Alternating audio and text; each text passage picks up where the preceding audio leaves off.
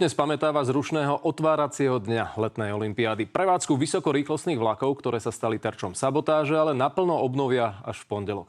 Úrady sľubujú páchateľom extrémne tvrdé tresty.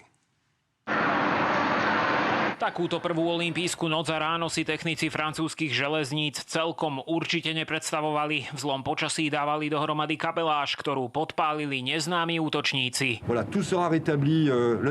Všetko bude v normále v pondelok ráno na všetkých staniciach. Naši ľudia stále makajú. Dnes jazdí v celej krajine 7 z priemerných 10 TŽV-čiek, no treba počítať s meškaniami až do 2 hodín. Najkritickejšia situácia je stále na severnej trati. Mrzí ma to, lebo toto je obdobie, keď sme sa mali spojiť. Sme na očiach celého sveta a všetci si teraz zapamätajú tento útok. Mali sme sa na to nachystať. Ministerstvo dopravy aj správa železníc svorne tvrdia, že olympiádu a s ňou spojené presuny incidenty nezasiahli. Trpia najmä bežní ľudia počas prázdninovej špičky.